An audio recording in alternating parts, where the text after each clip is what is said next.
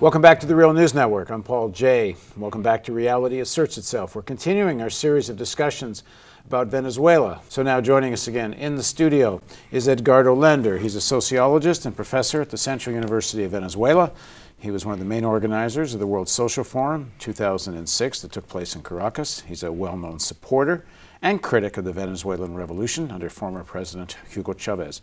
And he did his MA and PhD at Harvard. Before that, he did a degree in sociology at the Universidad Central de Venezuela. He normally is in Caracas, but today he's in Baltimore. So thanks for joining us again. Thanks, Paul. Why are they having so much trouble getting agriculture going? Part of the issue, I would think, is land reform and opening up land for ownership of the peasants. And I know that was quite bitterly fought by the elites in the countryside. But how well or how serious was the undertaking for land reform? The thing is that if you compare, say, Venezuela to Brazil and look at the Landless Movement, you have a very strong landless movement confronting a government that doesn't want to carry out land reform, and which hasn't during all the Lula and the present period. In the case of Venezuela, there really isn't such a peasant movement that's really pressing to have access to land. It's small. There aren't that many people in Venezuela that are willing to do work in the fields. So that's a cultural issue. But it's also the fact that with the relative prices of imports and agricultural production, there's no way people can make a living out of agriculture unless it's highly subsidized. And if it's highly subsidized, then it's sort of a repeat of the rentier model in which oil finances everything else.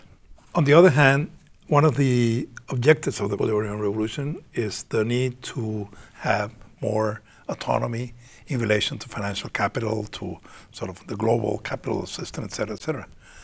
But if Venezuela concentrates all its resources into producing more and more of the basic commodity of current capitalism, we'll just get more and more connected into the international networks of this capitalist model. There's no way to break away if you sort of increase and increase and increase production. Not only increase production, but to increase production in Venezuela, you need huge investments and technology, which Venezuela doesn't have. So you need financing, you need foreign investment, you get into debt, and it's sort of go deeper and deeper into the network of extractive models of the predatory models of capitalism. And this is an issue that's, even though it's obvious that it's like the core issue of any possible transformation in Venezuelan society, this is an issue that's hardly debated.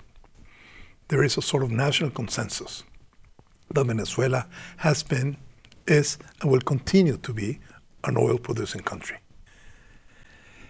It's amazing when you look at the programs presented for the elections in 2012, the last in which Chavez participated. I look at the program presented by Chavez and by Capriles, the opposition leader, and you compare the programs, and they're completely different in every single aspect except one, which happens to be the most important one for Venezuela. How much oil are we going to produce? And they both offered exactly the same figure, 6 million barrels per day by the end of this presidential period. And that implies a lot. I mean, how are you going to produce it? You need massive foreign investment. You need massive debt. You need to cover the country with oil infrastructure and destruction.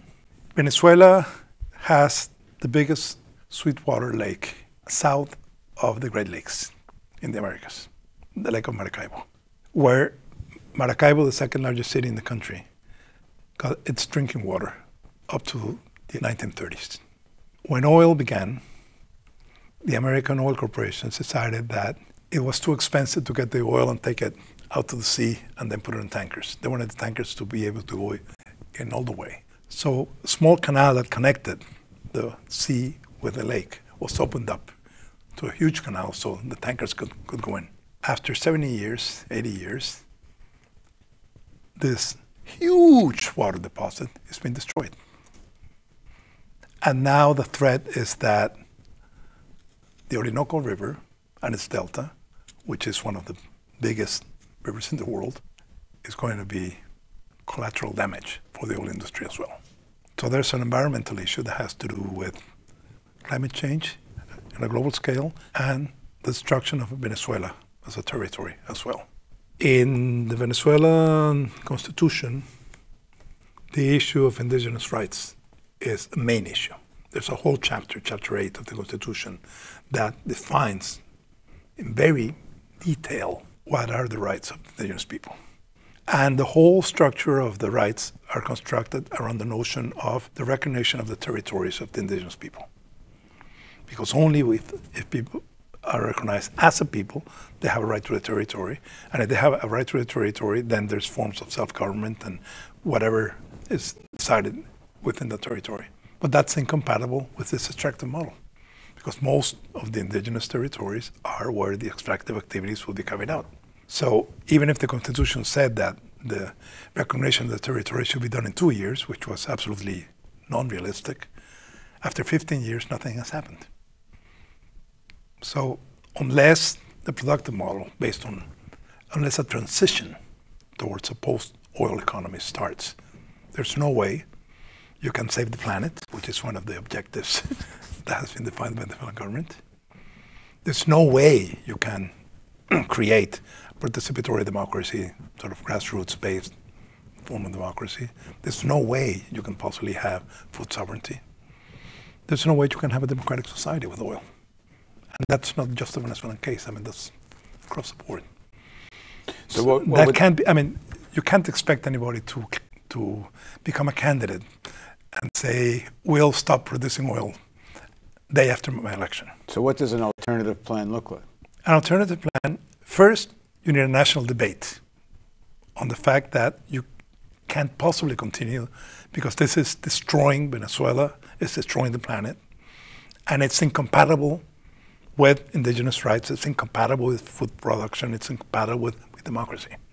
So the first thing is to realize that we have to confront this issue and have a national conversation, as you say in the States, on the need for alternatives. I hope it's better than the national conversation in the States, because these conversations don't go anywhere yeah, in the States.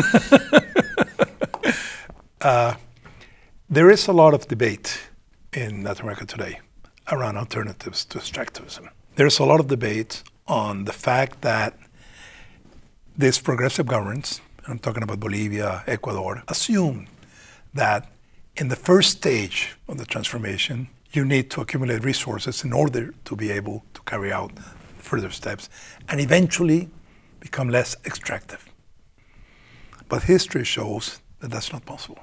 History shows that as you go into the extractive model, it transformed society. In a political sense, the economy gets centered around the extractive model. The state becomes dependent on the extractive model, and it goes deeper and deeper into that. Extractivism not only produces material, not only produces commodities, it produces subjects, it produces social relations, it produces agents. And once you have those agents, you can't just sort of unwind history and turn it back. So what are the alternatives? If you look at the current Latin American struggles, popular movements, a huge proportion, I wouldn't know what percentage, but a huge proportion, certainly the great majority of struggles, have to do with the environment in some way or another. The struggles against fracking in Neuquén in Argentina, against hydroelectric dams in Brazil, against the huge exploitation processes in Presal in Brazil, et cetera, et cetera. And people are arguing that there's other ways. I mean, in the case of, say, Belo Monte, big dam in the middle of the Amazon, since it's so flat, if you want to have a hydroelectric dam, you have to have a huge amount of water backing up because it's so flat. And so, the waterfall is not going to be very, very large. So it occupies an enormous amount of territory. And what's the purpose of that electricity? The mining industry. For what? For China. So it's, the whole connection. The impact of Chinese growth on Latin America over the last decade, the last 2 decades, say, has been tremendous. So that's, I think, a topic we're going to park and we're going to do in future interviews, the role of China. Okay. But a little more what the alternative looks like. I mean, one way or the other, something's going to have to fund an alternative economy if you're going to diversify the economy. Yeah. So you're going to have to use the income from extractive industries to fund the transformation or the diversification. Is what you're saying that there just hasn't really been a plan to do that, or it hasn't been executed on? There hasn't been a plan. In the case of Venezuela, that's a non-issue. In the case of Ecuador, for instance, the National Development Plan has different stages.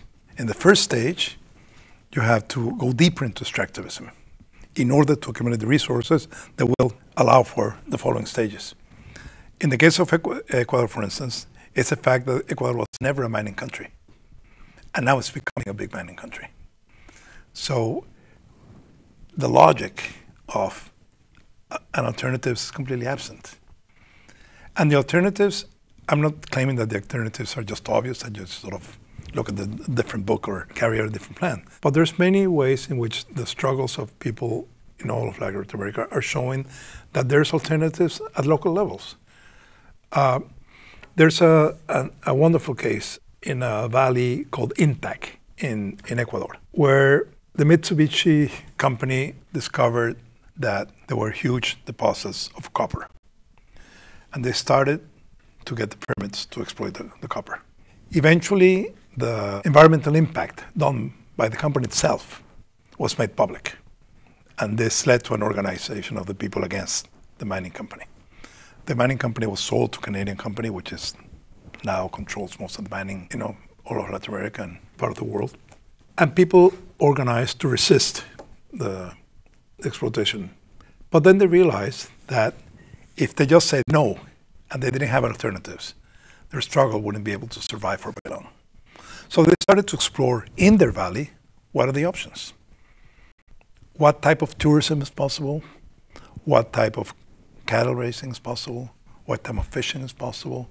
What type of small scale, and what type of fair trade coffee, etc. So they started to work on different areas to show that it is actually possible to be more productive than just producing copper without the environmental destruction, keeping the communities, making the communities stronger than they were before. And I mean, the sort of thing is happening at different levels all over the place in Latin America, in which alternatives are being constructed locally. But they aren't in the vision, in the radar screen of national governments. But take the issue of food sovereignty, and right now, the current crisis in Venezuela, food shortages is one of the things that's causing the crisis. How do you develop, how do you get to food sovereignty and agriculture? I mean, you can't just say we're not going to produce oil so that it costs less to produce domestically than import. I mean, this gets into fairly complicated questions of exchange rates and other things, doesn't it? It gets into complicated questions, but the thing is that since it's so absolutely obvious that you need a transition to a post-oil economy, even if you don't look at Venezuela at all, the role of, producing 6 million barrels per day in terms of its impact on the environment, it's obviously not possible. So the challenge of what would be a post-oil Venezuelan economy or post-Venezuelan society has to be confronted, and it's not being confronted. What are the possibilities? That would be part of the challenge. It's obvious that this is like a sort of a continued chain in which a lot of enterprises in Venezuela have been nationalized in this idea that it's dominant in the government, according to which socialism is state control. A lot of companies have been renamed as socialist enterprises. And soon after that, they begin to produce deficits. So they are financed by oil revenue. And so the need for oil revenue sort of increases and increases and increases. And the current crisis has to do especially with that, with the fact that the state is overextended in its expenditure, not only social subsidies and importing of food, but the whole economy becomes more and more dependent on subsidies to survive. As such, it was announced this week that the government got into negotiations with the industrial big-scale rice producers. And so they fixed the price of subsidy per kilo. And they will only plant rice if they had a subsidy guaranteed. But that's the way it extends more and more to the whole economy. But there's no oil income that can possibly finance that ever-expanding demand for subsidies across the board. Okay, the next segment of our interview, we're going to talk about one of the other major issues facing Venezuelan society, and that's the issue of crime. So please join us for the continuation of Reality Asserts Itself on the Real News Network with Edgardo Lender.